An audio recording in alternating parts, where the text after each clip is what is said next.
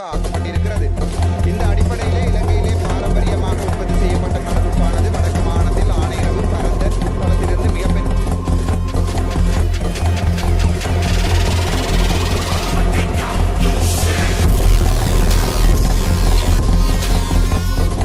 இவருக்கு துடிக்குது. இவன் சொல்றதெல்லாம் இவனும் யாருங்க சொல்றதுக்கு? இவனை வந்து பார்த்தாங்களா? எவன் இருக்கான்? இவன் வந்து பார்த்தானா? இவன் அந்த மனுஷன் கத்திட்டு இருக்கான், உள்ள உட்காந்துட்டு பக்கத்துல உள்ள இங்க நாங்க ஓட்டு போட்டு தேர்வு செஞ்சு அங்க அனுப்பியிருக்கோம். அந்த ஓட்டு போட்டோம் இல்லையே. ஆனையிற உட்பலத்தில் தற்போது உற்பத்தி செய்யப்படும் இந்த உப்பு மிகவும் குறைந்துள்ளது அல்லது முற்றிலும் இல்லாமல் போய்விட்டது என்பதை ஏற்றுக்கொள்கிறீர்களா? ஐந்தாவது, தற்போது நாட்டில் உப்பினை புரிதல் நாட்டிலிருந்து இறக்குமதி செய்வதற்கு அமைச்சரவை அனுமதி அளித்திருக்கிறது என்பதை உறுதிப்படுத்த முடியுமா? ஆறாவது, தொழிற்சங்கங்களால் பாராளுமன்ற உறுப்பினர் கூறினது பொய்யா? பாராளுமன்ற உறுப்பினர் கூறினது பொய் என்று நான் கொண்டுவேன். இதுவரைக்கும் எந்த ஒரு இதுக்கும் அவை எங்களுக்கு ஒழுங்குபடுத்தி தெரியல. அதானே அப்போ அப்படியான ஒரு சூழ்நிலையில தான் இவ கேவலமான செயல். பாத்தீங்களா இந்த சிரிப்பு? ஆனா சிரிப்புக்கு இப்ப இல்லை. இவங்க நினைச்சிட்டு இருக்காங்க என்ன தெரியுமா? இந்த 5 வருஷம் ஆட்சி இதுல நம்ம எவ்வளவுக்கு சம்பாதிக்க முடியுமோ அவ்வளவு சம்பாதிச்சிடலாம், அதுக்கு பிறகு பார்க்கலாம். இவங்க எல்லாத்தையும் மறந்து போயிடாத நினைக்கிறாங்க. ஒருத்தன் கூட ஆணவ பிரச்சனை மறக்க மாட்டான்.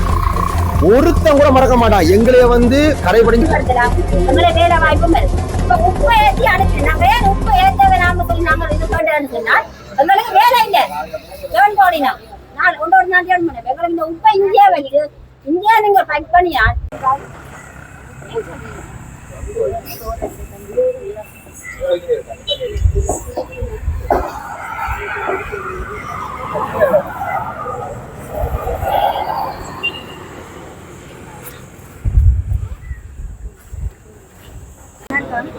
இன்னைக்கு நாம 10வது நாளாக இந்த போராட்டத்தை முன்னெடுத்து கொண்டிருக்கிறோம். இதுவரைக்கும் எந்த வித சரியான முடிவுகள் எங்களுக்கு இன்னும் தரப்படவில்லை. ஆனால் நேற்றைய பாராளுமன்றத்தில் நடந்த சில விஷயங்களை எல்லாம் நாங்கள் பார்க்கிறாங்க. ஆனா எங்களோட கொச்சப்படுத்தி அதான் எங்களை தொழிலமைச்சர் கலைக்கிறேன். சிங்கள எம்பியோரால எங்களை கொச்சப்படுத்தி கலைக்கிறேன். நாங்கள் ஏதோ ஏனாதாரம் இருக்கிறோம். அந்த மாதிரி நாங்கள் வந்து இந்த எங்களை இதை திசை திருப்புறக்கான கேட்கிறேன். நாங்கள் கேட்ட உரிமையை எங்களுக்கு அவர் சரியான முறையில் அவர் எங்களுக்கு தரே. சில அவருக்கு மொழிகளாக கதை பிரச்சனையும் தெரியாது. நாங்கள் கேட்டது ஏதோ அவர் கதைக்கிறதோ அங்கே பிரச்சனையா இருக்கு. சரியான தகவலை எங்களுக்கு தரே. எங்களுக்கு இந்த தீவிர நல்ல முடிவோடு தான் இருக்கிறோம். எங்களுக்கான கதைக்கிற எல்லாரும் எங்கள்கிட்ட இதுகளை வந்து சரியான முறையில பெற்று தருவோம். எங்களுக்கு என்ன முக்கியம்? இப்ப எங்களுக்கு இவர் கதை கேட்க வந்து அன்றைக்கே கதைச்சவர் எங்க அர்ஜுனா இல்ல எங்களோட ஜிஎம் வந்து கதைச்சவர் கதை கேட்க நாங்க வச்ச கோரிக்கையில ஒரு அளவு அதுவும் எங்களுக்கு இன்னும் போட்ல வரையில வாய்மொழியா சொல்லி இருக்கிறாரு. எங்களுக்கு முடிவான இது சொல்ல இல்லை. எங்களை போட்ல போட இப்படித்தான். இப்ப நாங்கள் வந்து என்ன நாங்கள் எங்களோட மேனேஜர் வந்து கூடாத வேற அப்படி இப்படி நாங்க கேவலமாண்டும் கதைக்கல. அவற்ற செயல்பாடுகளை தான் நாங்க சொன்னோம். அவருக்கு புது மேனேஜர் படிப்பால வந்த மேனேஜர், அவருக்கு வந்து உப்பு அனுபவம் இல்லை. எங்களுக்கு சிறந்த உப்பு அனுபவசாலியை விட்டா நாங்கள் அதுக்கேற்ற மாதிரி வேலையா செய்யலாம். சில வார்த்தைகள் கலைக்கிறது எங்களோட எல்லாம் சரியான இதா கிடக்காது. இல்ல இப்படியான ஒரு குற்றச்சாட்டு வந்து ஆரம்ப காலத்திலே இருந்து வருகிறது. அதாவது பெண்களை வந்து ஒரு அடிமைத்தனமான முறையிலையும் ஒரு அடக்கும் துணியோடும் வந்து அவர் கையாளுறாருன்னு சொல்லுவார். உண்மையில நீங்க சொல்ற மாதிரி அவர் படித்து வந்தவராக இருப்பின் அப்படியான ஒரு அடக்குமுறைகளை பாய்ப்பராக நினைக்கிறீங்களா? நீங்கள் படிச்சுதான் வந்திருக்கிறாரு மேனேஜரால. ஆனா எங்களோட செயல்படுறத பார்க்க அவர் தான் வச்ச சட்டத்தை செய்யணும். அன்றைக்கு நாங்க உப்புழுத்துட்டு வர நாங்க 12 மணிக்கு உப்புழுத்துட்டு போறோங்கிற என்ன பின்னர் 4 மணி 2 உப்புழுக்கு வாங்கிட்டு போறீங்க. அப்ப நாங்களும் எடுத்துனாங்க. நாங்க இவ்வளவு காலம் உப்புழுத்துனாங்க. முதலாவது உப்புல நாங்க மேலதிக உப்புழுக்கிற இல்ல. இப்ப நாங்க காப்பாத்தி உப்புழுத்தா எங்களுக்கு 1 உப்பு வரை நாங்க பிடித்து போறாங்க. இன்றைக்கு அரை பாத்தி இருந்தாலும் 1 உப்பு விலை இல்லை. அப்ப என்னன்னு சார் நாங்க ஒரு பாத்தியும் சேர்த்து இருக்கிறோம். அப்படி இருக்கிறா சார்ன்னு சொல்லி நாங்க காத்துட்டு போயிட்டோம். இந்த கூட்டுத்தாபனத்துக்குள்ள நடக்கிற உங்களுக்கு நடந்த அநியாயங்கள் அல்லது அட்டூழியங்கள் அல்லது நோமலாக சொல்ல போனால் ஒரு கொத்தடிமைகளாக பாவிக்கப்பட்டிருப்பேன் அதுக்கான ஆதாரங்கள் உங்களிடம் இருக்கிறதா என்று சொல்லி அங்க இருக்கிற கூட்டுத்தாபன ஊழியர்கள் சிலர் கேட்டு வருகிறாங்க. அது சம்பந்தமாக உங்களுடைய ஆதாரங்கள் ஏதாவது இருக்கா? ஆதாரங்கள் இருக்கு. இப்ப வேலையாண்டா வேலைக்கு அதுக்கு மேல வார்த்தைகள்கிட்ட வந்து பேசுறது கட்டாயமா வேலை செய்யணும்ன்றது அப்படியான இதுகள் நாங்களுக்கு சில அவர் வார்த்தை வாயில கதைக்க நாங்க இப்ப ஒரு வேலை செய்து கொண்டு நாங்கள் போகணும் அப்படி வச்சு அவற்றை ஒரு ரெக்கார்டிங் பண்ணி அதை ஆறாங்க அப்படியான இதுவும் எங்கள்கிட்ட இல்லை. எங்களை நிறைய கதைச்சு நாங்க குடியரசுதான் கதை. நாங்க முதலாவது பிரச்சனை எங்களுக்கு என்ன சொன்னா சில பிரச்சனையை நாங்களுக்கு இப்ப இந்த கடந்த 1.5 வருஷ காலத்துக்கு இவர் வந்த பிறகு நானே இந்த ஜிஎம் சொல்லி ஜிஎம் இங்க இருக்க பெரிய கனகராக எங்களுக்கு நிறைய பிரச்சனை இருக்கு சார். நாங்கள் ஜிஎம்மோட கதைக்கு நிறைய பிரச்சனை நாங்க சந்திக்க விடுறோம். என்று சொல்றதே தவிர எங்களை உண்மையான முறையில் சந்திக்கும். ஒரு தடவை சந்திக்க விட்டாருன்னா அந்த எனக்கு அதை வரையில அப்படின்னா வரையில அதை சொல்லி நேரம் மக்களை கட்டா அவர் போட்டேன் கொஞ்சம் கொஞ்சம் சொல்லுவேன். பிரச்சனை எல்லாரும் எடுத்து சொல்லக்கூடிய மாதிரி இருக்க மாட்டேன். இது வரைக்கும் இந்த உங்கள் இந்த நிறுவனத்தில் நடக்கிற பிரச்சனைகளை ஜிஎம்முக்கு எடுத்து சொல்றதுக்கு நீங்கள் டைம் கேட்டும் உங்களுக்கு டைம் ஒதுக்கி தரப்படவில்லை இந்த மேனேஜரால. இந்த மேனேஜர் கதைக்கிழமை அவர் வேறு வந்த மாதிரி இருக்கு. அவர் முடியாத முடியாது இந்த வந்து நாங்க வந்தாங்க காரணம். நீங்கள் எத்தனாம் இந்த கூட்டுத்தாபனத்துக்குள்ள வேலைக்கு வந்த நீங்கள்? 2021ஆம் ஆண்டு. 2021ஆம் ஆண்டு. உங்களுடைய நம்பர் என்ன? 366. உங்களுடைய முழு பேர்? இதுவரை காலம் இதுக்கு முதல் நீங்கள் ஆரம்ப காலத்து நீங்கள் இங்க இந்த வேலைக்கு ஜாயின் பண்ணும்போது இந்த மேனேஜர் தான் இருந்தவரா? இதுக்கு முதல் இருந்த மேனேஜர் எப்படி இருக்குன்னா இவர் எப்படி இருக்குன்னு தமிழ் அவர் பிரச்சனை எங்களுக்கு எங்களோட கலைஞர்ல இருந்து எங்களோட வேலை அணுகுமுறையில இருந்து சாதாரண பிரச்சனை இல்லை எங்களுக்கு. நல்ல மாதிரி தான் வழி நடத்திக்கணும். நல்ல வந்து நாங்களும் சந்தோஷம் வேலை செய்யணும். அது என்ன பிரச்சனை அவைக்கு நடந்தோ தெரியாது. அதுக்குள்ளே அந்த படிவா வேண்டிய பிரச்சனை தெரியாது. அவரை தூக்கியாச்சு எங்க வேற எங்கேயா வேலையை போனதான் வந்தா அப்படின்னு சொல்லி அப்படி எது பிரச்சனை நார்மலா சொல்ல போனா முதல் இருந்ததை விட இவர் மோசம் பண்றீங்களா? அவரை தூக்கிட்டுனா அடுத்த ஒரு சிங்களம் இருந்து இருந்தாரு. அவரையும் தொழில் பிரச்சனை தம்பியாக்களோடு சொல்லி அவரையும் தூக்கியாச்சு. அவையெல்லாம் தூக்கி இப்ப நாங்க இவற்ற பிரச்சனை உங்களோட நடைமுறையை சொல்லிக்கொண்டு அவங்களோட கொடுத்துருக்குறோம். இதான் பிரச்சனை. இவருக்கு அனுபவம் பற்றாக்குறை. இவருக்கு நல்ல ஒரு அனுபவம் சார்ந்த நல்ல மேனேஜர் மாதிரி நல்ல அவருக்கு சூழல் இருக்கிற நல்ல இதான ஆக்களோ சும்மா எங்களோட முதல்ல நல்ல பெரிய அதிகாரி மாதிரிலாம் நல்ல உப்பா எடுத்து இந்த இவர் இப்ப கூடி சொன்னா போனா முதல் இருந்த ஒரு ஏபிஎம் என்ற கட்டின தண்ணி இதுதான் போன வருஷம் நாங்க எடுத்தது. இவன் தண்ணி கட்டி போட்டது ஏன்னா அவன் அமைச்ச தண்ணி கட்டின விட்டுதான் போன ஆண்டு காலத்துல நாங்க எடுத்துறாங்க. பேருக்கு அனுபவம் இல்லை. அப்போ ஒரு அனுபவசாலியை விட்டு எங்களோட கம்பெனின்னு மேம்படுத்தலாம். எங்களை வேலை வாய்ப்பும் இருக்கு. இப்ப உப்பை ஏற்றி அனுப்பிடு. நாங்க ஏன் உப்பு ஏற்ற வேணாம்னு சொல்லி நாங்க இது கேட்டோம்னு சொன்னா எங்களுக்கு வேலை இல்லை. ஜெவன் போடினா நான் ஒன்றோடு நான் ஜெவன் பண்ணேன். எங்களுக்கு இந்த உப்பை இந்தியா வெளியிடு இந்தியா நீங்க பேக் பண்ணியா எங்களோட பேரோட எங்களோட உப்பு பேரோட எங்களை மக்களுக்கு இருக்கு உலக நாடு முழுக்க போட்டு நாங்க அப்படியெல்லாம் தடை செய்யல. ஆனா ஆனரவு பின்ன பேரோட போகணும். பேரோட போகணும். அதோட எங்களுக்கு இந்தியா பேக் பண்ணினால் எங்களுக்கு அந்த வேலை வாய்ப்பு எங்களுக்கு என்ன? உங்களுக்காக இந்த போராட்டம் சம்பந்தமாக நேற்றைய நாளிலே பாராளுமன்றத்திலே உங்களுக்காக ஒரு எங்களுடைய தமிழ் எம்பி ஒரு ஆள் வாதாடுகிறார். அவரை பற்றி என்ன சொல்லுவீங்க? அவருக்கு என்ன சொல்ல விரும்புவீங்க? அவர் வாதாடுறது நாங்க மற்ற கட்சியால இருந்த சொல்லி அப்படி இல்லையா போய் வசந்தியா அப்படி எல்லாம் கலைங்க அவரை கொஞ்சம் ஆகின அவரோட எங்களோட கலைக்கிறார். ஆனா அங்கால அவர் வந்து என்ன சொல்றாரு? அது அப்படி இல்லையா கிள்ளோச்சி மாவட்ட மேனேஜரை நாங்க கேட்டுருக்கிறோமா யாழ்ப்பாணம் மாவட்ட மேனேஜர் கேட்டுருக்கோம் அப்படி மாறி மாறி இல்லை ஏதாவது சொன்னீங்க இதான் விரிவா விரிவுபடுது. இவர் கலைக்க விடுற மாதிரி இல்லை. அங்க என்ன எங்களோட பிரச்சனையா அங்க உள்மடக்கா எங்களை கொத்தடிமை ஆகிறது தான் இன்னைக்கு நமக்கு இருக்காங்க பார்க்க போனோம். பாராளுமன்ற உறுப்பினர் கூறினது பொய்யா? பாராளுமன்ற உறுப்பினர் கூடுனது பொய் என்று நான் சொல்லுவேன். இதுவரைக்கும் எந்த ஒரு இதுக்கும் அவை எங்களுக்கு ஒழுங்குபடுத்தி தெரியல. சரிதானே? அப்ப அப்படியான ஒரு சூழ்நிலையில தான் என் பெயர் ரத்ன முகேந்திரன். நான் 2019 இருந்து இந்த உப்பு தொழிற்சாலையில நான் பணிபுரிந்து வந்திருக்கிறேன். இந்த இபிஎஃப் நம்பர் வந்து 339. இங்க என்ன பிரச்சனை இருக்குன்னு சொல்லி சொன்னால் எங்களுக்கு நாங்கள் இந்த நிறுவனத்திட்ட எங்களுக்குரிய வேலை வாய்ப்பையும் எங்களுக்கு நிரந்தரமான ஒரு வேலை வாய்ப்பு வேணும் என்ற ஒரு ரீதியிலே எங்களோட மேனேஜர் வந்து பெண் ஊழியர்களா தரக்குறைவாகவும் எங்களை ஒரு மதிக்காத நிலைமையிலேயும் அவற்ற வாய் உரையாடல்கள் அது எங்களுக்கு சரியான ஒரு மனவேதனை ஏற்படுத்துகிறது. அது சம்பந்தப்பட்ட காரணமாகவும் உடனடியாக இந்த மேனேஜ்மெண்ட் வெளியேற சொல்லி நாங்கள் நிற்கிறோம். இதுக்கு வேறு ஒரு தகுதி வாழ்ந்த ஒரு ஆளை நிரூபிக்கணும். அடுத்த கட்டமாக இந்த மேனேஜர்ல வந்து என்ன பிரச்சனைன்னு சொன்னா எந்த ஒரு அனுபவ ரீதியாக அவர்களே ஒன்றும் இல்லை. சாதாரணமாக ஒரு கம்பெனியில ரூல்ஸை கூட படிக்க இல்லை. எங்கட கம்பெனியில ரூல்ஸ் வந்து ஒரு 75 பேக்கு ஒரு ஆள் பேக்கு அடிச்சு கட்டி விடுறதான் கம்பெனியில ரூல்ஸு. ரெண்டா எங்கட டாக்கெட்டுக்குரிய வேலை. ஒரு பொழுது கதை கேட்க சொன்னார் எங்கள்கிட்ட, இல்லை நீங்கள் 75 பேக்கு அடித்து கட்டி ஏற்றணும். அப்போ நாங்கள் சொன்ன உடனே நீங்கள் அப்படி இல்லை சார், எங்கள் கம்பெனி ரூல்ஸை முதல்ல நீங்கள் தெரிஞ்சு கொண்டு இதை பற்றி கதையங்கன்னு மற்ற அரச ஊழியரோட அவர் ஆலோசிச்சு போட்டு சொன்னார். இல்லை அவர் சொல்றதான் சரின்னு சொல்லி. அப்போ இந்த அனுபவம் அந்த கம்பெனி ரூல்ஸு கூட சாதாரணமாக இவருக்கு விளங்காது. அப்போ அப்படியான ஆளை வச்சுக்கொண்டு நாங்கள் இந்த பெரிய அளவில் இருக்கிற உற்பத்தியை வந்து நாங்கள் ரன் பண்ண முடியாம இருக்கு. அதுக்கு ஒரு தகுதி வாய்ந்தவரை நியமித்து இதென்றால் நாங்கள் இதுக்குள்ள வந்து தொழிலுக்கு நாங்கள் வேலைக்கு திரும்புறாங்க ரெடி. பணி உடனடியாக அவர் பணி நீக்கம் செய்யப்பட வேண்டும். பணி நீக்கம் செய்யப்பட்டால் நாங்கள் ஊழியர் அவ்வளோ பேரும் பணிக்கு திரும்புறாங்க நாங்கள் தயாராக இருக்கிறோம். ஒரு இந்த பணி சம்பந்தமான ஒரு அறிவாற்றல் உள்ளவர் இந்த இடத்துக்கு நிரப்பப்பட வேண்டும். அப்ப அந்த அனுபவம் இல்லாதவரோட நாங்கள் இதுவரைக்கும் நாங்கள் இந்த பெரிய கம்பெனியை கொண்டு வந்ததே நாங்கள் சத்தம் போட்டு ஏபிஎத்தோட முண்டி அடிச்சு இது எங்களுக்கு தேவை, எங்களுக்கு நாங்கள் வேலை வாய்ப்பு இல்லை என்ற ஒரு பிரச்சனையை ஏற்படுத்தி தான் இந்த கம்பெனியை கொண்டு வந்தோம். அப்ப இந்த கம்பெனி வந்து இப்ப வெடிக்கப்பட்டது. நான் மேனேஜரை கேட்க சொன்னார், அது ஒரு சின்ன வெடிப்பு தான் சம்பந்தம் ஏற்பட்டது, அது நார்மல் பிரச்சனையா செய்யலாம், அது வளமையா நடக்கிறேன்னு சொல்லி இந்த மேனேஜர் எங்களுக்கு சொல்லியிருக்கிறார். அப்ப சின்ன பிரச்சனை இன்றைக்கு கிட்டத்தட்ட இந்த ஃபேக்டரி ஒரு 25 நாள் ஓடி இருக்கும். இப்ப அந்த ஃபேக்டரி வந்து இயங்காத நிலைமையில இருக்கிறது ஒரு 20 நாளுக்கு மேல. இன்னும் அந்த சாமான் இந்தியாவில இருந்து எடுத்து பூட்டுறக்கூடிய எந்த ஒரு ஒழுங்கும் செய்யாம இருக்கிறோம். கேட்டா சொன்னீங்கன்னா நாங்கள் காய்ச்சிருக்கிறோம், இந்தியாவில இருந்து சாமான் வருது, இந்த ஃபேக்டரியை பூட்டுறக்கூடிய ஒழுங்கா பாக்கணும்னு சொல்லி. அப்ப இது வரைக்கும் அவன் செய்ய இல்லை. அப்ப இங்கே ஒரு 4 மால் தான் கிடந்தது. நாங்கள் போன வருஷம் நாங்கள் இழுத்து போட்ட மால்லாம் 4 மால். அந்த 4 மாலையும் ஏற்றி தனியார் கம்பெனிக்கு 2 போனா கம்பெனிக்கு 1 லோரி போகும்.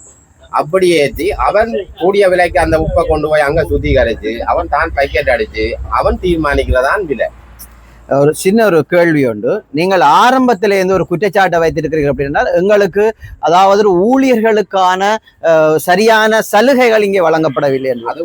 ஆனால் நேற்றைய நாளிலே கௌரவ பாராளுமன்ற உறுப்பினர் சிங்கள எம்பி ஒருவர் நேற்று சொல்லியிருக்கிறார், உங்களுக்கு வாகனங்கள் எல்லாம் விட்டு ஏற்றுறதுக்குரிய வசதிகள் யாவும் நாங்கள் செய்து கொடுத்து கொண்டிருக்கிறோம், அந்த முகாமைத்துவம் செய்து கொண்டிருக்கிறது என்று. அப்ப நீங்கள் கூறினது பொய்யா அல்லது பொய்? இப்போ நான் சொல்றேனே, எந்த வாகன அடிப்படை வசதியும் அவை எங்களுக்கு செய்து தரவில்லை. அதுதானே எங்களுக்கு சீசன் காலத்திலாம் அவர் வாகனம் விடுறேன்னு சொல்லி அதை கழிச்சிருக்கிறார் வழிய.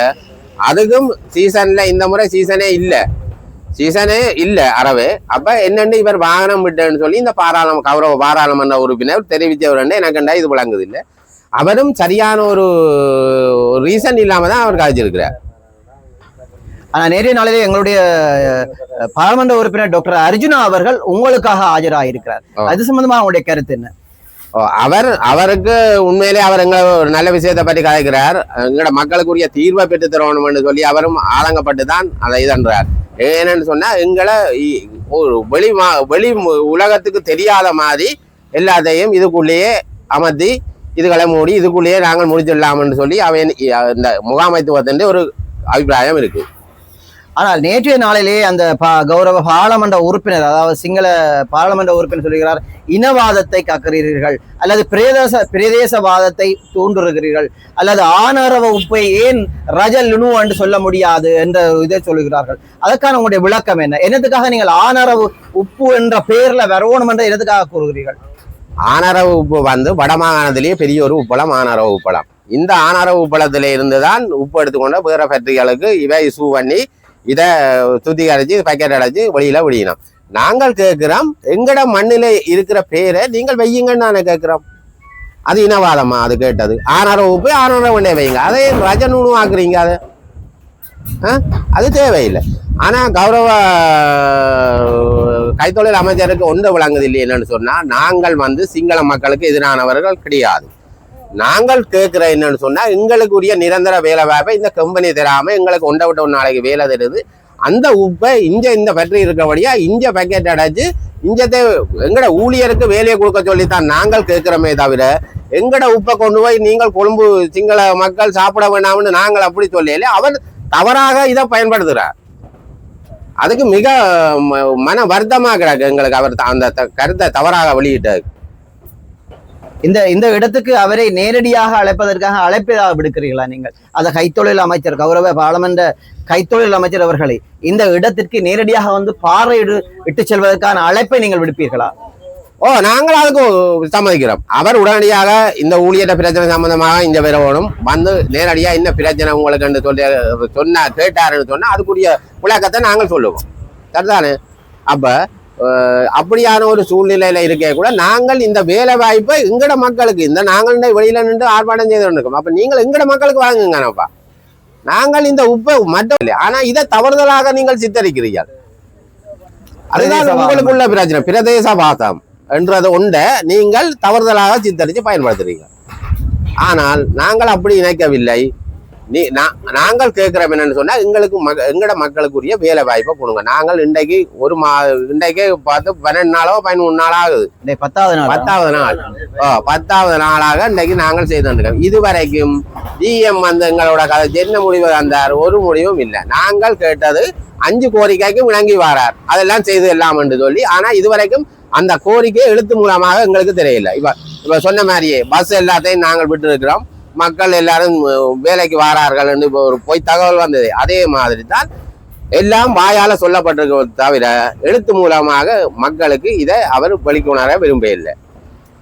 நேற்றைய நாளிலே பாராளுமன்றத்திலே வடபகுதியான, அதாவது யாழ் மாவட்டம் அல்லது யாழ்ப்பாணம் அல்லது கிளிநொச்சி மாவட்டத்தை ஆண்டிய தமிழ் எம்பிக்கள் நிறைய பேர் இருக்கிறார்கள். இங்காலே கௌரவ ஸ்ரீதரன் எம்பி இருக்கிறார், இங்கே பாராளுமன்ற உறுப்பினர் கஜேந்திரகுமார் அவர்கள் இருக்கிறார்கள், பாராளுமன்ற உறுப்பினர் அர்ஜுனா ராமநாதன் அவர்கள் இருக்கிறார்கள், மற்றும் 3 எம்பிக்கள் இருக்கிறார்கள், அதாவது ஆளுந்தரப்பனோடு.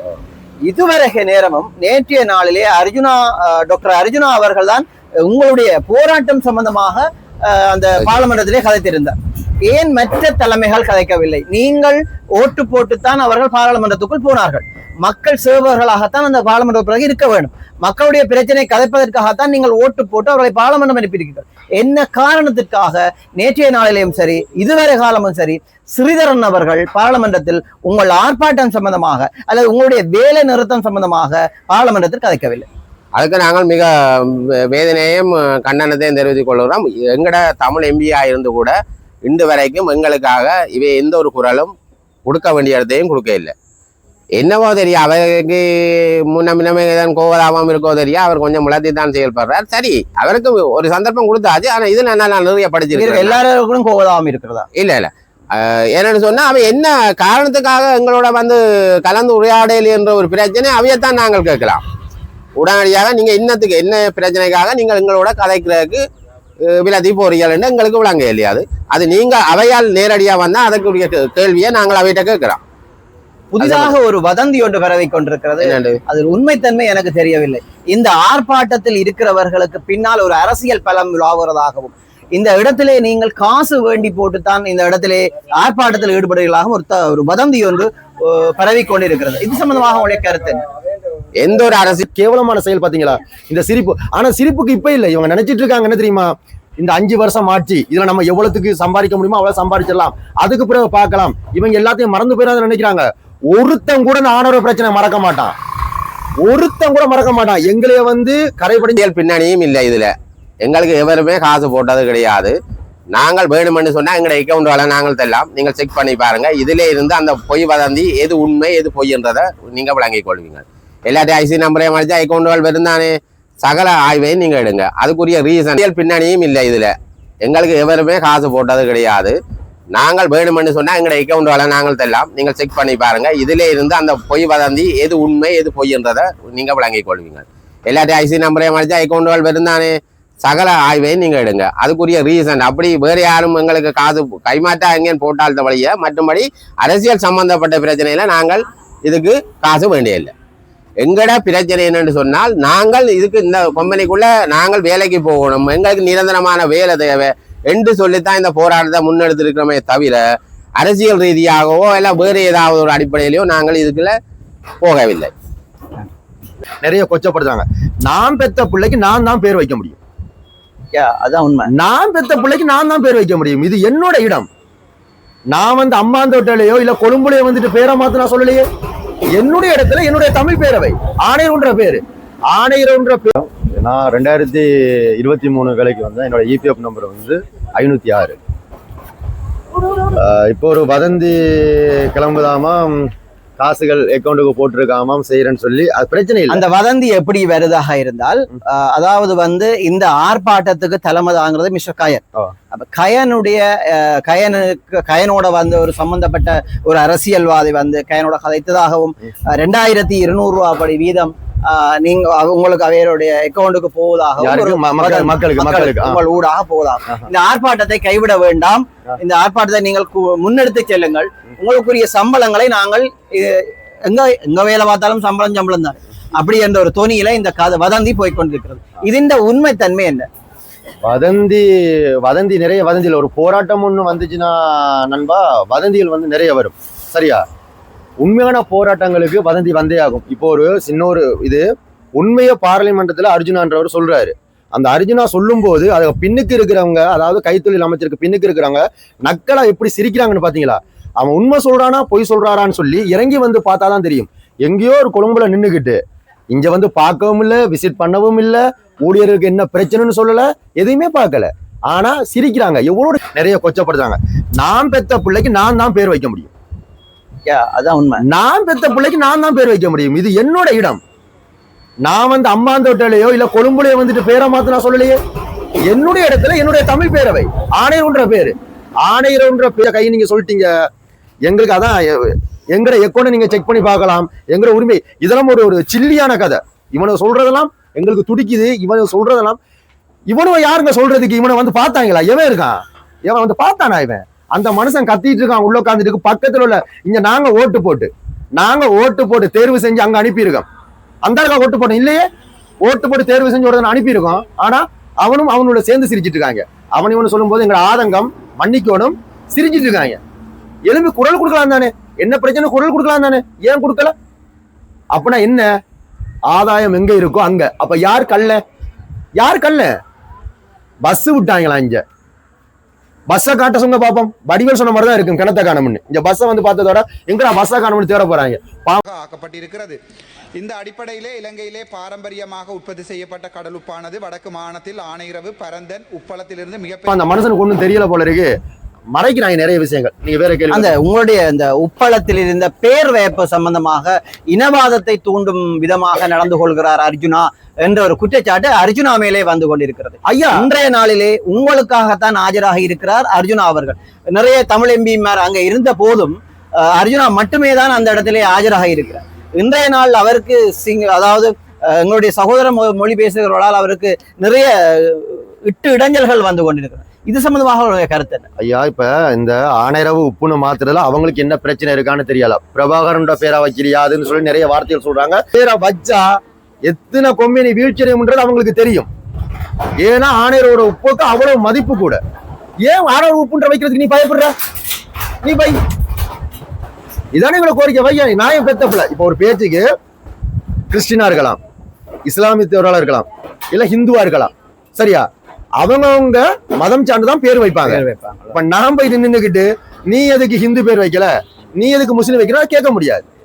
என்னுடைய இடமப்பா, என்னுடைய ஆணருக்கு ஏன் பேரை வைக்கிறது, உனக்கு என்ன பிரச்சனை? நாங்க திருப்பி கேட்கிறோம், உனக்கு என்ன பிரச்சனை?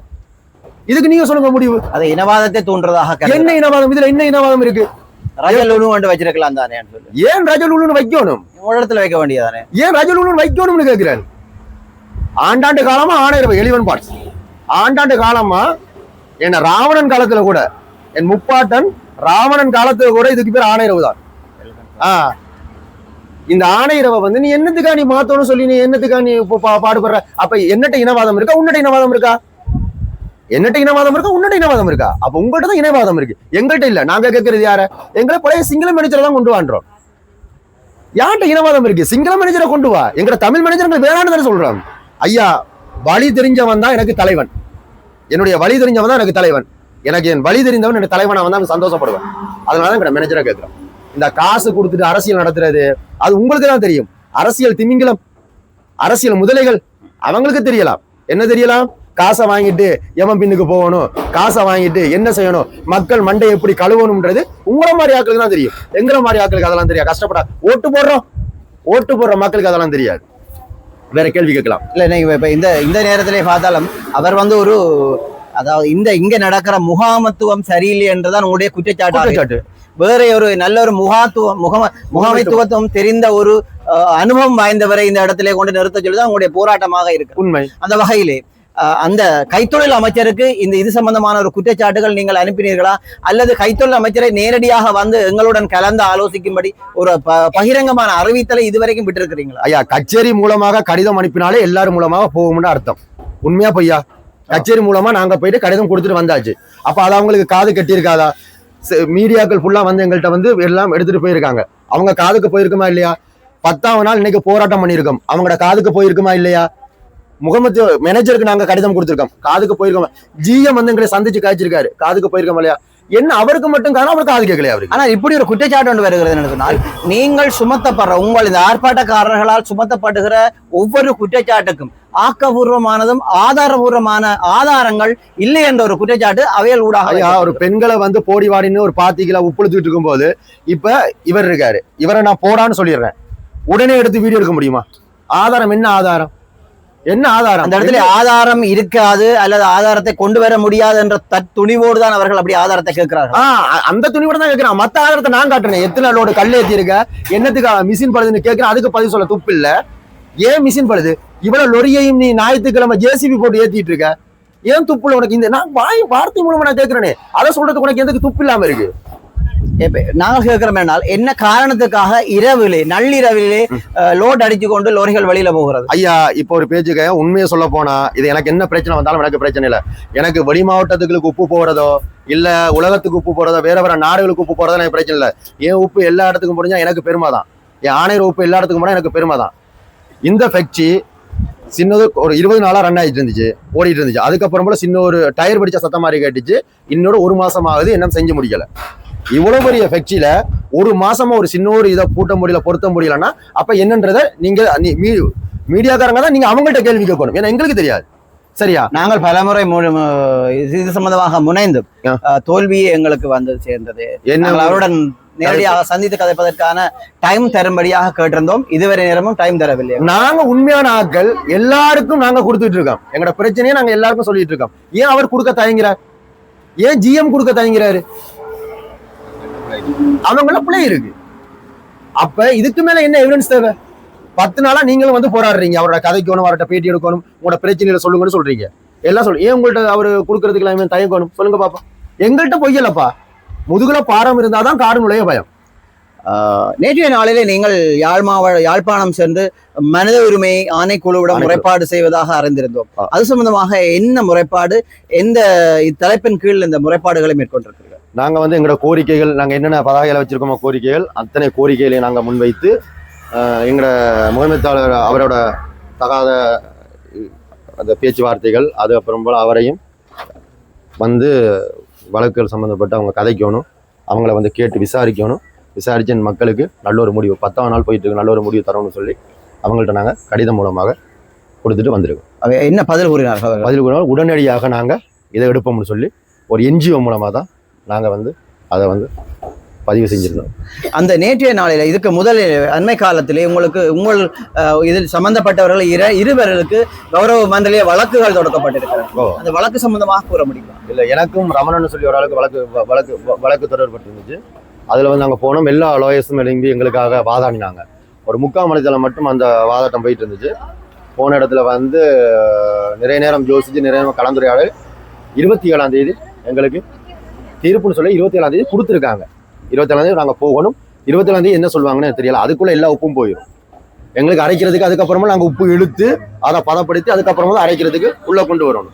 அதுக்கப்புறம் எத்தனை நாட்கள் ஆகும்ன்றது தெரியல. இந்த போராட்டம் போயிட்டு இருக்கு, என்ன நடக்கும்ன்றும் தெரியாமல். இந்த 10ஆவது நாள் தொடர் போராட்டத்துக்கு மத்தியிலும் இந்த நிமிடம் வரைக்கும் உங்களுக்கு அரச தரப்பில் இருந்தோ அல்லது உங்களுடைய துறை சார்ந்த தரப்பில் இருந்தோ ஏதாவது தகவல் வந்திருக்கிறதா? இது வரைக்கும் ஒரு தகவலும் வந்தது ஒன்றும் வரல. அந்த பார்லிமெண்டத்துல எங்களை கொச்சப்படுத்துற மாதிரி கதைக்கிறதான் பெரிய ஒரு வருத்தமா இருக்கு. அதான் தகவலா எங்களுக்கு வந்து. அந்த கொச்சப்படுத்திய நபருக்கு நீங்கள் என்ன சொல்ல விரும்புகிறீர்கள்? ஐயா, நீங்க வந்து எதையுமே வந்து விசாரிச்சு, கண்ணால் காண்பது போய் காதால் கேட்பது, தீர விசாரிப்பதே மெயின்னு சொல்லுவாங்க தெரியுமா? அதே மாதிரி நீங்க வந்து எங்களோட தீர விசாரிச்சு நீங்க பார்லிமெண்ட்ல காய்ச்சிருந்தா நாங்க ரொம்ப சந்தோஷப்பட்டிருப்போம். எங்க மேல பிழை இருந்தா கூட நாங்க சந்தோஷப்பட்டிருப்போம்.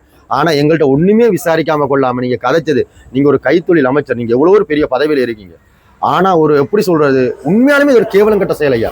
நீங்க வந்து இதை வந்து முறைப்படி கையாண்டு இருந்தா நாங்க சந்தோஷப்பட்டிருப்போம். நீங்க வந்து பெரிய பெரிய தவறு நீங்க செய்தது, உண்மையாலுமே பெரிய தவறு. விசாரிக்காம கொள்ளாம நீங்க எங்களை பத்தி காய்ச்சது பெரிய தவறு. பஸ் விட்டுன்னு சொன்னது, அதுக்கு பிரபாகரண்ட பேர் வைக்கும், அது நிறைய வார்த்தைகள் நீங்க சொல்லியிருக்கீங்க, தப்பு.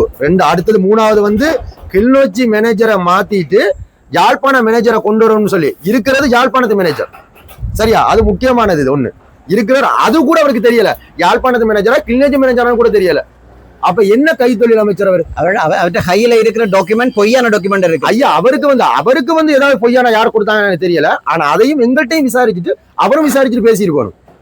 யாரோ ஒரு ஆள் சொல்றான்னு சொல்லி சடார்படான்னு கதைக்க முடியாது ஐயா. யாரோ ஒரு ஆள் சொல்றான்னு சொல்லி சடார்படான்னு கதைக்க முடியாது. அவர் தீர விசாரிச்சிருக்கணும். இது செய்தது மிகப்பெரிய தவறு. அவர் செய்தது மிகப்பெரிய தவறு. நான் வந்து 2018 9 வருஷமா அது நான் வேலைக்கு வந்து இப்ப நடந்த மாதிரி ஒரு காலம் நடந்ததில்லை இது வரைக்கும். இப்பதான் இந்த பிரச்சனை வேலை இல்லை அது இல்லை இது இல்லைன்னு ஒரே இது மேனேஜர் சரியில்லை. மற்றது வந்து இப்ப இந்த தேவையில்லாம கதைச்சேன்னு சொல்லி நம்ம எல்லாம் கொச்சப்படுத்தி கதைச்சேன். அவருக்கு வந்து எங்களோட கஷ்டத்தை அவர் விளங்கி கொள்ளல. அதான் பிரச்சனை. அவர் வந்து இங்க வந்து எங்களை பார்த்து எங்களை கஷ்டத்தை விளங்கி கொண்டா தெரிஞ்சிருக்கும். எங்களுக்கு அக்கௌண்ட் சம்பளம் வருதா இல்லையான்னு. நாங்க ஒவ்வொரு நாளும் வந்து போற செலவுக்கே காசு இல்லாம நாங்க இருக்கிறோம். எவ்வளவு கரைச்சிருக்கிறோம். ஆனா வரணும் வேண்டதுக்காக நாங்க வாரோம். அவ்வளவுதான் பிரச்சனை. அவரை வந்து நேரம் வந்து எங்களை பார்த்து சென்றா நல்லதுன்னு நினைக்கிறோம். Let me read these 27 questions. அண்மைய நாட்களாக இலங்கை முழுவதும் ஒரு நாட்புறமும் கடலால் சூழப்பட்ட தன்னிறைவான ஒரு நாடாக இருந்தும் இலங்கையிலே மிகவும் அடிப்படையான உணவு பதார்த்தமான கடல் உப்பு பற்றாக்குறை என்பது மிகவும் பேசுபொருளாகப்பட்டு ஆணையர உப்பளத்தில் தற்போது உற்பத்தி செய்யப்படுகின்ற உப்பு மிகவும் குறைந்துள்ளது அல்லது முற்றிலும் இல்லாமல் போயுள்ளது என்பதை ஏற்றுக்கொள்கிறீர்களா? 5வது, தற்போது நாட்டில் உப்பினை பிறிதொரு நாட்டிலிருந்து இறக்குமதி செய்வதற்கு அமைச்சரவை அனுமதி அளித்திருக்கிறது என்பதை உறுதிப்படுத்த முடியுமா? 6வது, தொழிற்சங்களால் தொழிற்சிய அளவில் இதுவரை காலமே உற்பத்தி செய்யப்பட்டு வந்தது என்பதை தாங்கள் அறிந்திருக்கக்கூடும். அந்த அடிப்படையில் அண்மையில் மக்களால் ஊழலுக்கு எதிரானவர்கள் என்று நம்பப்படுத்தப்பட்டு ஆட்சிக்கு வந்த தங்களுடைய முக்கியமாக பாராளுமன்ற உறுப்பினர்கள், தெற்கிலிருந்து வந்த உங்களுடைய அரசாங்கத்தின் பாராளுமன்ற அமைச்சர்கள் மற்றும் உறுப்பினர்கள் இலங்கையிலிருந்து வெளிநாடுகளுக்கு பரந்தன் உப்பளத்திலே உப்பினை உற்பத்தி செய்து ஏற்றுமதி செய்ய போவதாக அண்மைய காலங்களில் தெரிவித்திருந்தது குறிப்பிடத்தக்கது.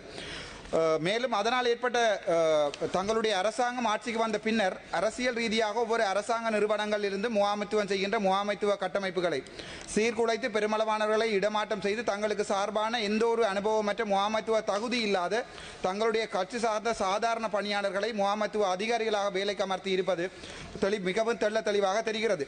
அதனால் ஏற்பட்ட தொழிலாளர் போராட்டம் இப்போது 6வது நாட்கள், நான் நினைக்கிறேன் இப்போது 12வது நாட்களாக பரந்தன் உப்பளத்திலே நடைபெற்றுக் கொண்டிருக்கிறது என்பதை பொதுமக்களுக்கு தெரிவிக்க வேண்டிய கடமைக்கு உள்ளாகி இருக்கிறேன். அந்த உப்பளத்து தொழிலாளர்களை மிக கேவலமாக நடத்தப்படுவதாகவும் அதேவேளை தொழிலாளர் தொழில் விதிமுறைகளுக்கு இன்றியமைவாறு இல்லாதவாறு பலவந்தமாக உப்பளத்திலிருந்து போலீசாரின் உதவியுடன் அராஜகமாக வெளியேற்றப்பட்டிருப்பதும் அதே நேரம் மேலும் 12 நாட்களுக்கு மேல் அந்த தொழிலாளர்களுக்கு வேலை வாய்ப்பு மறுக்கப்பட்டிருக்கிறதாகவும் பொதுமக்களால் தெரிவிக்கப்பட்டிருக்கிறது. கைத்தொழில் மற்றும் தொழில் முயற்சி ஆண்மை அமைச்சர் என்ற ரீதியில் தங்களால் பின்வரும் விடயங்களை தெளிவுபடுத்த முடியுமா என்பதை தயவு செய்து இந்த மேலான சபைக்கு தெளிவுபடுத்தவும்.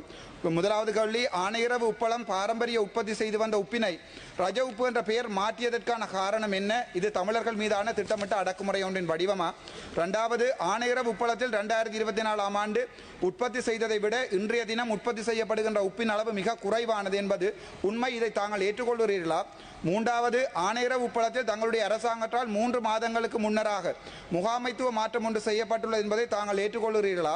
4வது, அவ்வாறான இடமாற்றலுக்கு தொழிலாளர்கள் எதிர்ப்பு தெரிவித்த போது கடந்த 6 நாட்களாக இப்போது 12 நாட்கள் ஆகிறது வேலை செய்து வந்த தொழிலாளர்கள் பணியிலிருந்து நிறுத்தங்களால் உருவாக்கப்பட்ட தங்களுடைய அரசாங்கம் இப்போது தொழிலாளர்கள் மீது மிகவும் கேவலமான ஒரு அடக்குமுறை ஒன்றினை கட்டவிழ்த்து விட்டிருக்கிறது என்பதையும் அதற்குரிய மிகச்சிறந்த உதாரணம் ஆணையரவு உப்பளத்தில் தொழிலாளர்கள் வெளியேற்றப்பட்டு இருக்கிறார்கள், அவர்களுடைய தொழில் மறுக்கப்பட்டு இருக்கிறது என்பதை தாங்கள் ஏற்றுக்கொள்கிறீர்களா? 7வது, உடனடியாக தொழிலாளர்களை மீண்டும் சந்தித்து அவர்களுடைய கோரிக்கைகள் நியாயமானது என்பதை ஏற்றுக்கொண்டு ஆணையரவு உப்பளத்தில் உப்பு உற்பத்தி செய்யப்படுவதை சாதாரண நிலைக்கு கொண்டு வர முடியுமா? 8வது, இலங்கையில் உப்பு உற்பத்தி படுமோசமாக தங்களுடைய ஆட்சி காலத்தில் குறைவடைந்து இருக்கிறது என்பதை ஏற்றுக்கொண்டு ஆணையரவு உப்பளத்தினை மறுபடியும் சாதாரண நிலையில் இயங்க வைக்க முடியுமா? அங்கே வேலை செய்கின்ற தொழிலாளர்களை மரியாதையுடன் நடத்துகின்ற அதேவேளை அடிப்படையான வசதிகளை தங்களால் ஏற்படுத்தி கொடுக்க முடியுமா என்று மட்டுமே கேட்கிறேன். நன்றி.